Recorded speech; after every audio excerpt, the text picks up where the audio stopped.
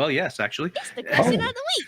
That is the one. I was like, oh, we need to roll the dice, but no, we need to talk about the question of the week, which is, what fan theory do you secretly wish was canon? Ooh, and I had the answer for this, and I'm going to divert you. I'm going to think for a second because I remember I thought about this at work. While you're thinking about it, KCJ called in, so we'll go ahead and play his and see what he's got to say. G'day, dads. Casey here. My fan theory that I wish was canon is that Jar Jar Binks is secretly a Sith Lord, and not just a Sith Lord, but the most powerful Sith Lord. And he actually is the one who trained Palpatine. He appears in the first film pretending to be clumsy and an idiot, but he can do these amazing acrobatical feats. He manages to completely wipe out full droid armies and things, constantly getting promoted despite his inabilities. You see him quite often subtly waving his hand and controlling the Force, although he helped vote in Palpatine. There's so much evidence that Jar Jar Binks is a Sith Lord, secretly a Sith Lord, and it's always the person you least suspect. So I've always loved that fan theory, and I wish it were canon. Yeah, that's a good one, and they've kind of, I mean, it's not canon, but in the Lego ones, they have done it. They've put Jar Jar Binks as a Sith Lord in the Lego universe. Oh, really? Yeah, that's kind of cool. So because it's such a popular fan theory. Oh wow, it's a good one. It is a good one. I was talking about this with my boys, specifically my middle child, who Charles calls Bob. So brought to you by Bob. And we were just talking fan theories in general because he asked me what's the question of the week, and he was planning on either recording or calling in, whatever, and he didn't end up getting to do it. But so he was like, okay, well, what are some fan theories that are out there? So him and I were just talking about a bunch of different ones, and we got talking about some of the Harry Potter fan theories. And after Harry Potter 6 came out, and spoiler alert for whoever hasn't gotten to Harry Potter 6. Whoever. Yeah, 20 years ago. Sure. But in Harry Potter 6, towards the end, Dumbledore is killed. And there was a website that went up by a person who claimed to be a lawyer, and it was called dumbledoresnotdead.com. Wow. And I have no idea if it's still around. I assume it's not. But him and I were talking about this fan theory, and he chose this one. And so I'll explain some of the reasoning behind it. Book 6, the Defense Against the Dark Arts, was all about nonverbal spells, doing spells without speaking. In book 5, when Harry uses the Cruciatus Curse, he's told by Bella that they don't work unless you mean it. And so the crux of the fan theory that Dumbledore wasn't truly dead was that Snape didn't really mean it, and that he used a nonverbal spell, even though he said Avada Kedavra. And so he used a nonverbal spell. Oh, okay. And in addition to that, every other instance of the Avada Kedavra curse being used, it's talked about them slumping down dead. Whereas when Dumbledore was hit, he flew backwards off of the tower. Gotcha. And so those several different factors, and they had a bunch more less compelling ones, but those are the ones that I remembered the most because they were the most compelling to me, were reasons why Dumbledore wasn't actually dead, but had faked his death. Faked it, acted like it really affected him. That he was in cahoots with Snape to fake his death. And so that was the fan theory at that time. Plan B, in case something went sideways, he'd still be around to kick in. Exactly. And so that was what Bob, brought to you by Bob, chose as his fan theory that he wishes was popular. That's really good. Well, it's funny. So you're talking about your son, and I had to think about it for a second and realize, oh yeah, I know what it was. So my son, he's 18. about a year. He really got into 40K and the Warhammer stuff, and some of his it borders.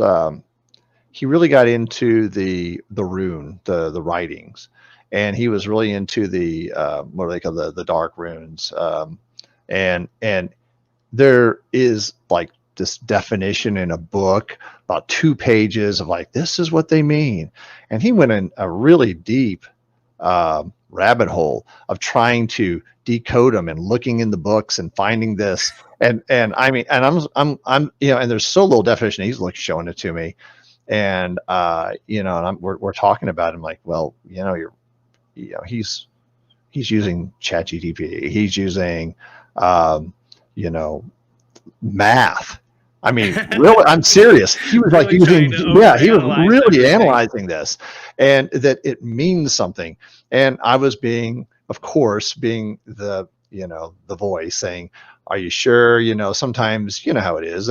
They write things and they put things on there that look such and such, and they look pretty realistic, but they have and really sometimes they're really Easter eggs. But really, they're Easter eggs, correct? So I didn't want to completely say he's wrong or that they aren't, because of that very reason. And he came up with some really fascinating, I mean, pages and pages of research. And we were talking about this, and I said, you know, the beauty of this is that there's nothing else out there. There's like one little thing. You're the expert. If what you say is this is it, it's true. It has to be. Because there's nothing to disprove you. And so he did that for quite a while. He's kind of fallen off on it. But I really, you know, it was really fun to watch him go down that. May put a little bit too much time. It was during high school, his senior year, but you know, it's your senior year in high school. What are you going to do? There's worse hobbies to have. There are worse hobbies. But it was really fascinating to see that. And I think that those are, you know, you get that. And I kept pointing, saying you need some sort of a Rosetta Stone, you know, something to, you know, and then he was like, well, it's just about these gruntle noises and stuff. I'm like, well, you don't have a way. So he was really trying to come up with a way. And I think it was a good exercise because it gave him a way to think about those things. And that's what we do, right? I mean, we look for patterns just like that, right? Yeah. Okay, this pattern is that they do this, you know, they do this curse and this happens, but then this has happened. So obviously something's changed. That's great. I think it's fantastic to do that. Critical thinking is, I'm not going to say it's a dying art, but I think we rely on everyone else's analysis a lot these days. And I think that's kind of neat. Yeah. Yeah. There's, I love when different companies put in little Easter eggs, and it takes a while for the fans to pick up on it. Like, as a teenager, I played a card game called Imagination. And so it had all of these different magi that would summon creatures from rings that they had stored, you know, kind of Pokemon-esque, that they would store in their rings, and they would summon them to help fight, and they had spells, and the magi could fight too, of course. Well, in the cards, the artists, a couple of the artists decided it would be fun to put hidden tacos in the artwork for the cards. And so there's a huge list of all the different cards that people have found tacos. And one of my favorites is there's this Blizzard card where I think the card's called Whiteout, and it's literally just the artwork looks just white. Okay. If you scan it though, and you go into a photo editor and you turn the contrast all the way up, there's a taco in the middle of the Blizzard. Wow, that's really great. And so yeah, but yeah, Easter eggs are fun. We should have that as I'll have to put that in the list of favorite Easter eggs at some point to talk about. Yeah. But for popular fan theories, I think one of my favorites is that Ferris Bueller is a Groundhog's Day situation.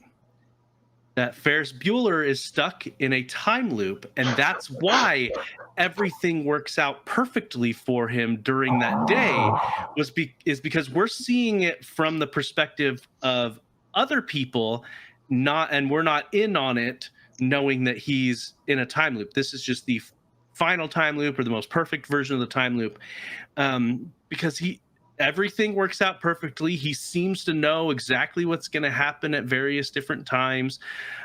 He's rarely caught off guard. I think there's once where he's caught off guard the entire time. Yeah. And he seems to have a deeper relationship with his girlfriend than she has with him. And so there's a bunch of different things that it makes for a pretty compelling fan theory. And I am fully on board with that fan theory that Ferris Bueller is in a time loop, and we're just seeing one of the later, or possibly the final time loop. That's great. I like that. I watched that movie a lot because growing up at HBO, it was on, and so you on and on and on and on, and watch it over and over and over. And when I think about it, that is a really good one, because except for the car scene, and like you said, that one time he's caught off guard, yeah, he's spot on. He's like, he could catch the ball out of the air with his hand closed, the way he handled everything. Yep. And how he just randomly knows the name for the restaurant and all kinds. Yeah, just everything works out so perfectly for him. Yeah.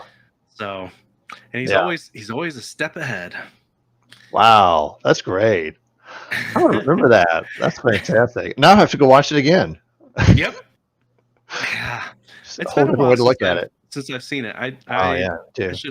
It's a good one. It's a fun one. It's actually, I don't know if you do have Roku, but they have the little Ferris. The car is now in there up on a jack. Yeah. Nice. And just remember, kids, putting the car in reverse does not decrease the odometer. It does not roll it back. No. Negative. So, I could see it working in cars that are over 100 years old. I would say, like a 1950s car, maybe. Yeah.